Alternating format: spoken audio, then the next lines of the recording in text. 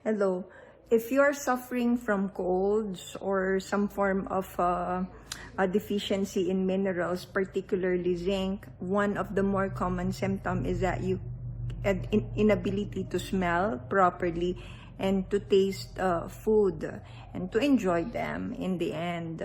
So what you can do is that you can try taking in foods that are rich in zinc, and this food can be shellfish, nuts, and green leafy vegetables. So if you do not have any access to this, you can try lightning in a bottle, which you can see at drfarrah.com. Bye! For pneumonia, you can use honey, cinnamon, oregano, eucalyptus, marami po. Pwede din po yan yung lagundi. Yan, maganda din po yan sa inyo.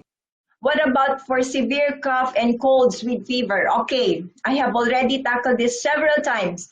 The best is honey and cinnamon. Okay, why honey? Honey is the only food in the entire world that doesn't spoil because it has a low water content, and what it does is it absorbs moisture. So pag may mga bacteria dyan, virus or whatever it is, it absorbs moisture.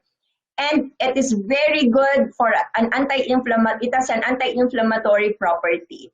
Okay, pag nilalagnat, if you have fever, the best is ampalaya leaves. Okay, when I was young, I think I remember my mom was boiling some ampalaya leaves there and then making me drink the ampalaya. Oh my goodness, bitter gourd.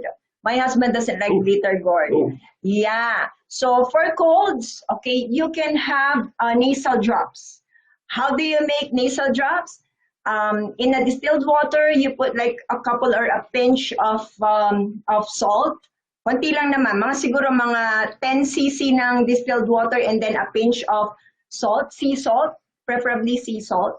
And then you mix that and then you put it in the nose, drops lang po, 2 drops per sa ilong, butas ang ilong, and then you do this 3 times a day. So usually makikita mo, and garlic pag if you have cough, if you have PTB, if you have a viral infection, garlic.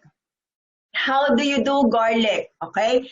Dito sa ipin nyo, sa ipin po ninyo, tapos dun sa gums, you can put one clove of garlic. Okay, and some patient, they say that the fever, the cough, and the colds, it will be gone in a matter of hours.